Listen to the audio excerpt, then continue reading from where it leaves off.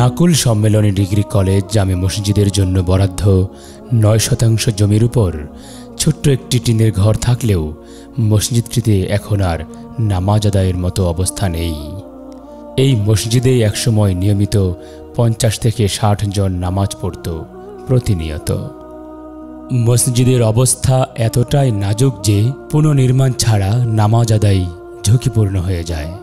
এই ডিগ্রি কলেজের ছাত্রছাত্রীর সংখ্যা ১,০০০ জন, কিন্তু এই প্রতিষ্ঠান ও এলাকাবাসীর পক্ষে মসজিদটি নতুন করে তৈরি করবার মতো সামর্থ্য নেই। এলাকার মানুষের সহযোগিতা ভালো না থাকার কারণে মসজিদের কাজটাও আগায় নেওয়া যাচ্ছে না, আবার কলেজের আর্থিক ফান্ড থেকেও আসলে এটি করা সম্ভব হচ্ছে না। তো এখানে আসলে একটা মসজিদ নেই, আমাদের একটা ছোট ঘর করা আছে, এখানে নামাজের ব্যবস্থা আছে। এখানে একটা মসজিদ হলে পারে লেখাপড়ার পাশাপাশি নামাজের ব্যবস্থা হয়।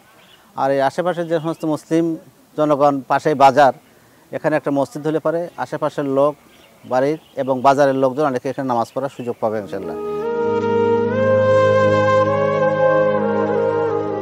মসজিদটি পুনরায় চালু হলে কলেজের শিক্ষার্থী সহ আশেপাশের মানুষ জামাতে নামাজ আদায় করতে পারবে।